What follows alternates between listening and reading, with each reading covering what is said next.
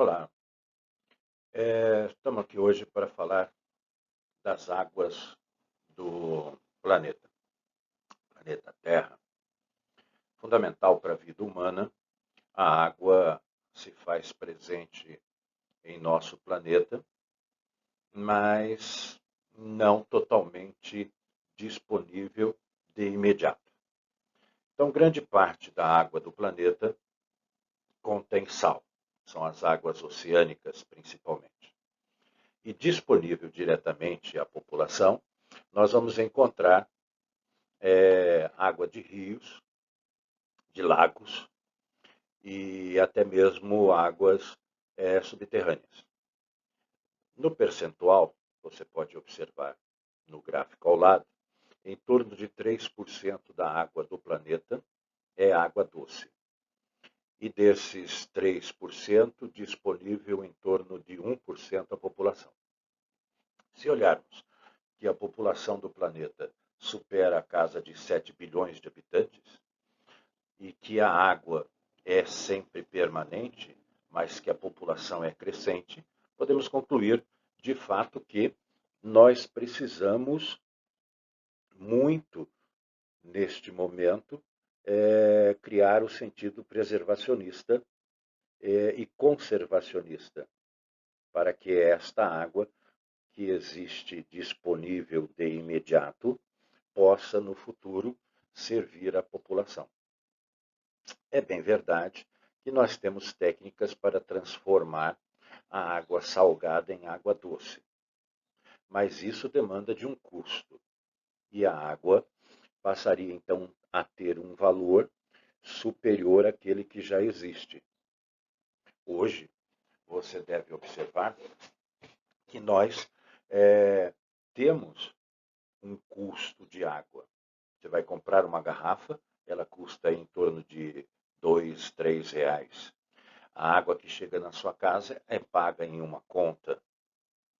Esta água está disponível, mas tem um custo.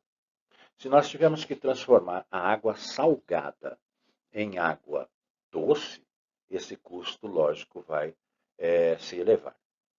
E aí, a gente pode observar no planeta que nós temos uma população que não tem recursos para comer e terá ainda que pagar mais caro a água que usa. Este é o principal sentido de ações preservacionistas: conservar a água que existe por um tempo maior, não desperdiçá-la.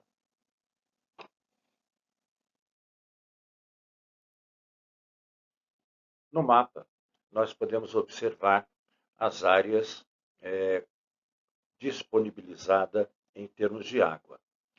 Então, nós vamos observar que no planeta, nessa cor azul mais escura, nas regiões frias, esta água vai aparecer em estado sólido, congelada. É água doce, mas água congelada. Poderia estar disponível se houvesse uma técnica, e há uma técnica, para usá-la. Mas, por enquanto, isso não é feito. Nós vamos encontrar regiões em que a água está escassa, que aparece no mapa na cor amarela. Então, aí nós não vamos encontrar a presença de água doce disponível à população. E ela é obrigada, então, a comprar esse recurso de outras áreas, de outros países. O Brasil mesmo já exportou água potável para a Arábia Saudita e outros países do Oriente Médio, pela dificuldade. É até engraçado nessa situação, porque a gente manda água e eles mandam petróleo, né? Eles furam o chão para encontrar água e só encontram petróleo. Mas esse recurso petróleo lhe dá a possibilidade de comprar a água. Eles são também, ali na região do Oriente Médio, a região que mais investe na exploração da água salgada, transformando-a em água doce, potável. Nós temos regiões extremamente complicadas, como as regiões do Saara. Essa água não está disponível nem em rios, mas sim em um grande aquífero que está ali, mas que difícil para acessá-lo. Nós vamos encontrar áreas do planeta regiões úmidas e subúmidas em que essa água aparece como um recurso abundante. É o caso da nossa Amazônia, é o caso da floresta do Congo na África e outras áreas do planeta. Mesmo a Europa tem rios potáveis e lençóis freáticos disponíveis porque ali tem uma grande população. Então, a água é um recurso fundamental à existência humana e a água existe em regiões exatamente onde há aglomeração populacional. Você já sabe que a água que existe no planeta é distribuída de forma irregular. Regiões que apresentam maior disponibilidade e regiões que não têm essa possibilidade.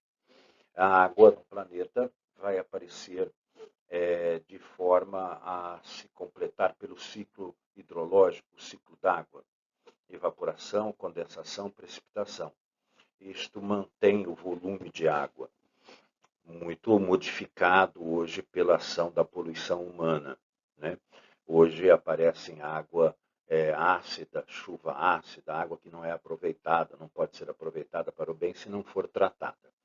Mas, dentro do planeta, ela está distribuída em rios, em lagos e em aquíferos, de forma irregular. Alguns lugares têm mais, outros lugares têm menos. Mas é fundamental a existência de vida no planeta. Esta é a razão que desenvolveu-se uma espécie de vida no planeta, para humanos e para outros tipos de animais. Não pense apenas na água como um recurso humano, mas para qualquer tipo de animal.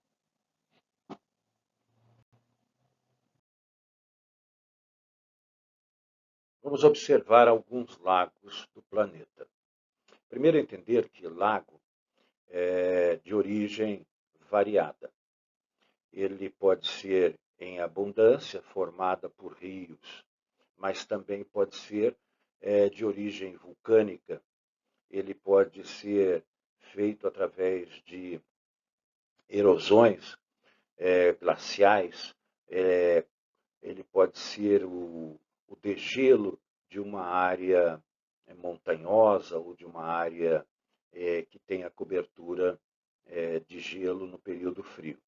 Então, nós vamos encontrar alguns tantos lagos importantes no planeta e vamos mostrar no mapa a seguir, como o Lago Titicaca, o Lago Maracaibo, a região dos Grandes Lagos, o Lago Vitória na África. São grandes lagos de origem natural, variada, mas também podemos ter lagos formados pelo próprio ser humano, né? Esses lagos podem ser aquele que você foi num clube de campo e encontrou um lago artificial, pode ser aquele lago criado em uma propriedade rural, ou pode ser lago criado por barragens hidrelétricas, por exemplo. Então, existem lagos naturais e lagos artificiais. Esses lagos naturais podem ter várias origens, várias formações. E o lago artificial é aquele criado pelo homem. Então, quando nós vamos olhar para o planeta Terra, nós vamos encontrar uma quantidade de água potável disponível ao ser humano exatamente nos rios. E existem alguns que se destacam pelo planeta inteiro. Nós temos a sorte no Brasil de ter os principais rios e também aquíferos. Nós vamos encontrar aqui no nosso território uma disponibilidade hídrica fabulosa, que a princípio nós poderíamos até dizer que morrer de sede não seria a nossa alternativa, pela quantidade de rios que temos e de aquíferos. No entanto, quando a gente olha para aquilo que a gente está fazendo com a água, no sentido de preservá-la, aí a gente vai ter problema com certeza, porque nós não temos exatamente um hábito de preservação, precisamos adquiri-los. Vejamos então, aqui no mapa, nós vamos ter o maior rio do mundo, exatamente cruzando áreas do Brasil. Esse rio é o rio Amazonas. Ele nasce aqui na região da Cordilheira dos Andes e termina aqui no Brasil. A maior parte das suas águas corre em território brasileiro e traz a característica de ser um rio com sistema nival e pluvial. Águas da chuva e águas do degelo. Né? É um rio, o único rio brasileiro que tem água de degelo. A sua bacia possui outros rios que nascem na cordilheira e com o degelo, esta água vai parar no nosso rio Amazonas. Esse é o maior rio do mundo em extensão e volume de água. O segundo rio em extensão e volume de água está ali na África. Então, é o rio Nilo. Esse rio Nilo nasce no Lago Vitória, um lago natural, e caminha em direção ao mar Mediterrâneo. Então, nós vamos ter na África o rio Nilo, o segundo maior que nós vamos encontrar. Então, o primeiro está aqui, principalmente em solo brasileiro, o Amazonas, e o segundo aqui na África, o rio Nilo. Depois disso, nós encontramos outros rios de grande porte pelo planeta, como é o caso lá na China, do Rio Amarelo. O Rio Amarelo, na China, é considerado o terceiro maior, e o quarto maior rio também está no continente americano, que é o rio Mississippi. Então, esse rio Mississippi correndo na planície central americana.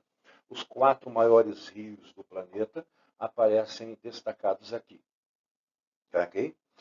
Alguns lagos também se destacam em termos de volume de água. Nós encontramos o lago na América do Sul, chamado Lago Titicaca. Ele está na Cordilheira dos Andes, exatamente entre o Peru e a Bolívia. Tem história inca no meio envolvido e é considerado o lago mais alto do planeta porque está lá, na Cordilheira dos Andes.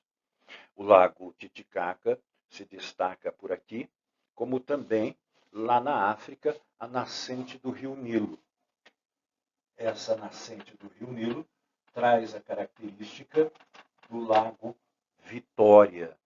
O lago Vitória também um lago formador de rio. Né? Nós temos outros lagos pelo planeta que se destacam, como a região dos Estados Unidos, onde aparecem os chamados Grandes Lagos. O Lago Huron, o Lago Superior, o Ontário, o Erie e o Michigan. Então, são rios de destaque mundial. Água doce, água disponível.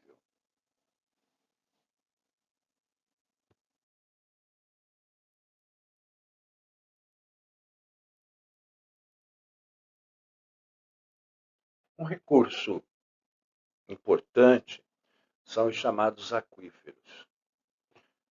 Eles estão sob superfície terrestre e nós vamos encontrar no Brasil 2 dos maiores do mundo.